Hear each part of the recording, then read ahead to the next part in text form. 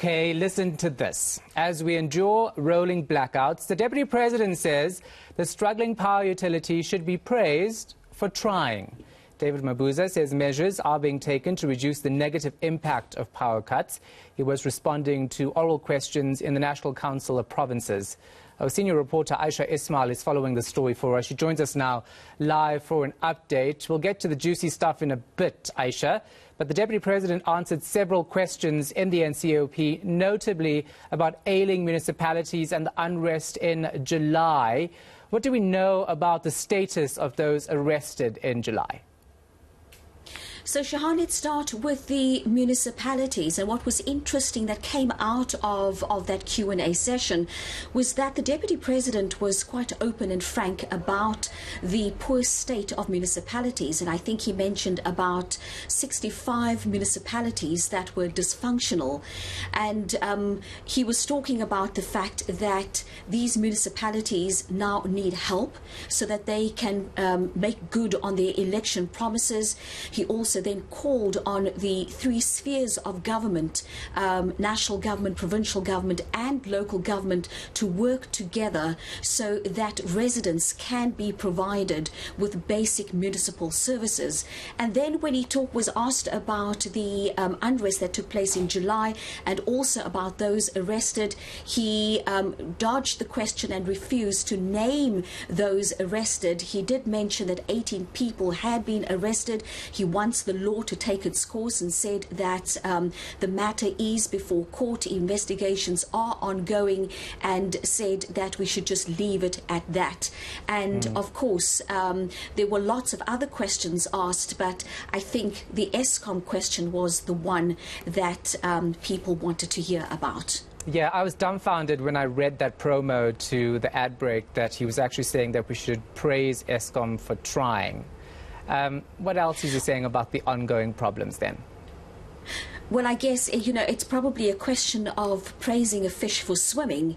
And he only had praise for Andre de Ruyter, and amid calls by trade unions calling for de Ruyter's head and for him to be fired, he did say that the Eskom issue is being dealt with at the highest level. He did acknowledge that the power cuts were causing major, having a major effect on the South African economy and also on small businesses. But let's listen to what he had to say about Andre de Ruyter. In the person of the CEO, you have got a very good manager there. But remember, you've brought this manager into something that is ailing, something that is unstable, something that is collapsing. And for the very fact that, yes, we've got load shedding, but he still keeps the lights on and is trying very hard to maintain, I think we should give praise where it deserves. I think we must commend him for the work done. However, as a country, we're saying we cannot live in this situation forever. So any word then on when we can actually expect load shedding to be a thing of the past? Not in a long time, Shahan. I guess that's a question that's wishful thinking on your part. The Deputy Minister was asked about whether Eskom should be brought into the fold of public enterprises, and listen to what he had to say about this.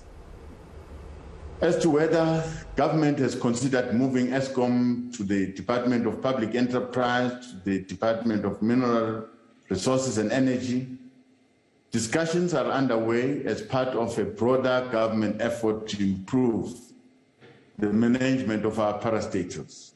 The reorganizations, once finalized, once finally decided, will better align companies such as Eskom on their mandate. The Presidential State-Owned Enterprise Council will advise government on an appropriate shareholder models and repositioning of the state-owned companies as effective instruments of economic transformation and development.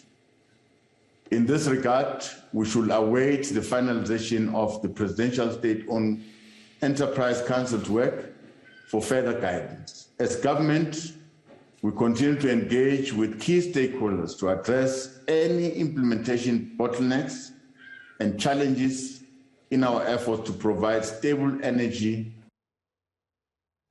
All right, Ayesha Ismail, I think before you go, I would like to praise you for actually doing your job. Thank you so much for the update.